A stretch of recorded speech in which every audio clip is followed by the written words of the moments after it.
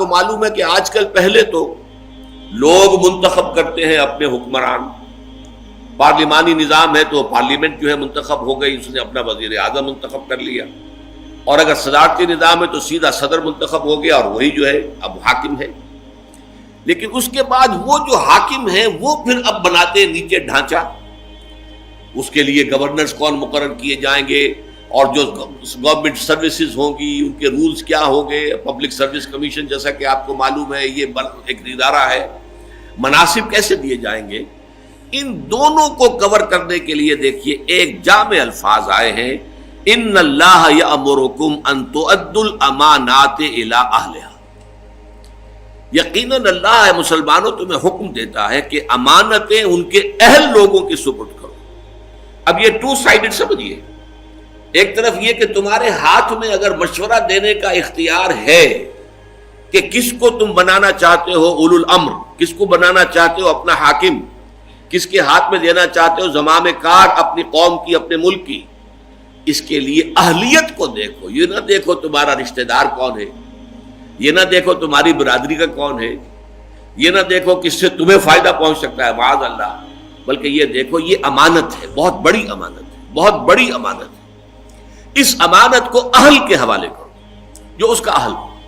اس میں خلوص کے ساتھ تم سے غلطی ہو جائے تو اللہ معاف کر دے گا، یہ بھی اجتہاد ہوگا نا کہ آپ کس کو سمجھتے ہیں اہل ترین، اس میں غلطی ہو سکتی ہے، یہ بھی ایک اجتہاد ہے جو ہر شخص کو اپنی ذاتی سطح پر کرنا ہوگا۔ اگر اس میں غلطی ہو جائے تو جیسا کہ اصول ہے مجتہد جو ہے وہ مخطی بھی ہو، اس سے غلطی بھی ہو جائے تو اسے اکیرا ثواب ضرور ملے گا،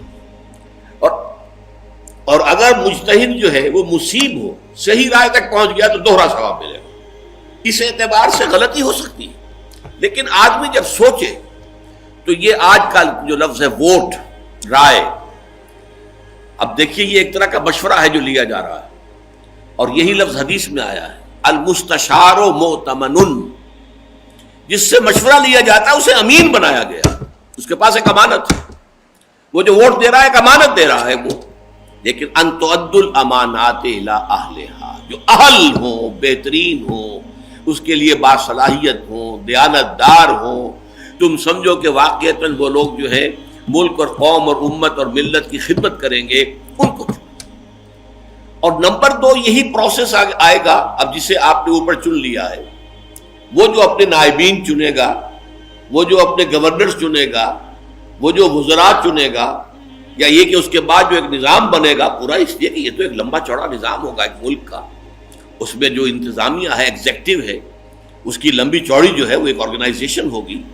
وہاں بھی یہی دیکھو کہ اہلیت بنیاد ہو، سفارش بنیاد نہ بن جائے، کہیں مفادات بنیاد نہ بن جائیں، کہیں جو ہے یہ اس طرح کا برادری کا یا اپنے کسی کے قریبی رشتہ دار ہونے کا خیال کر کے جو ہے تمہارا ووٹ نہ جائے، تمہاری طرف سے فیصلہ نہ ہو، بلکہ ان اللہ یامرکم ان تؤدوا الامانات الی اہلہا، وہاں بھی یہ دیکھو کہ اہل ترین کون ہے اور اس کو جو ہے اس منصب پر فائز ہو۔ اس کے ضمن میں ایک بڑا عجیب واقعہ ہوا حضور کی حیات طیبہ میں۔ آپ کو معلوم ہے کہ فقراء صحابہ، ان میں ایک بہت اہم نام ہے حضرت ابو ذر رضی اللہ تعالی عنہ کا۔ ایک طرف تو حضرت ابو ذر رضی اللہ تعالی عنہ کے بارے میں حضور کی ہمیں حدیث ملتی ہے،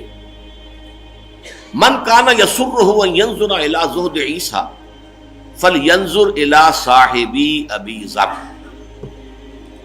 اگر کسی شخص کی یہ خواہش ہو کہ اپنی آنکھوں سے حضرت عیسیٰ کا زہد دیکھے، کتنے زاہد، کتنے عابد، کتنے بے نفس تھے حضرت عیسیٰ، تو کہیں دور جانے کی ضرورت نہیں ہے، میرے ساتھی، میرے دوست ابو ذر کو دیکھ لیں۔ وہی ابو ذر ہیں وہ حضور سے درخواست کرتے ہیں کہ حضور مجھے بھی کہیں والی بنا دیجئے۔ والی وہاں گورنر کہلاتا تھا، یہ والی کوفہ ہیں، یہ والی شام ہیں، یہ والی مصر ہیں، یہ والی یمن ہیں، عامل بھی انہیں کہا جاتا تھا، والی بھی۔ تو حضرت ابو ذر نے بھی درخواست کی کہ آپ نے فلاں فلاں کو یہ عہدے دیے ہیں، ذمہ داریاں دی ہیں، تو آپ مجھے بھی کہیں والی مقرر کر دیجئے، کہیں عامل بنا دیجئے۔ لیکن حضور کا جواب حضرت ابو ذر کے لیے بہت ہی غیر متوقع، بہت غیر متوقع، اور یہ مسلم شریف کی روایت ہے، معمولی روایت نہیں۔ یا ابا ذر،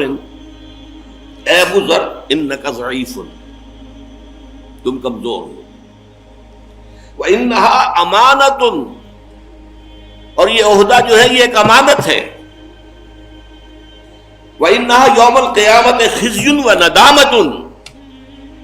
اور قیامت کے دن یہ عہدے جو ہیں یہ رسوائی اور ندامت کا سبب بن جائے. إِلَّا مَنْ أَخَذَ بِحَقِّهَا، سوائے اس کے کہ جس نے حق کے ساتھ اسے حق حاصل کیا، لیا، جس کو دیا گیا. وَأَدَّى الَّذِي عَلَيْهِ فِيهَا، اور پھر وہ ساری ذمہ داریاں پوری کی کہ جو اس منصب کے ضمن میں اس پر عائد ہوتی تھی. یہاں سوال پیدا ہوتا ہے، بڑا ایک اہم اصول آتا ہے